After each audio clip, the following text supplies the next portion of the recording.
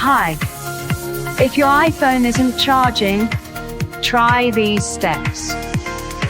Check if the charging cable and adapter are working and not damaged.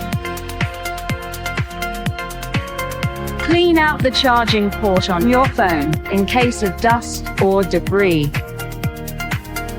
Try a different outlet or charger.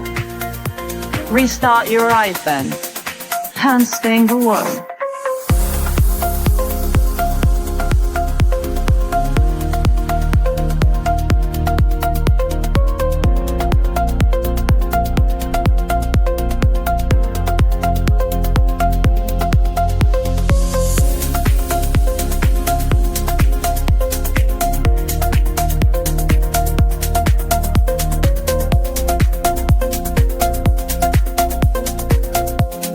For English, press number 1.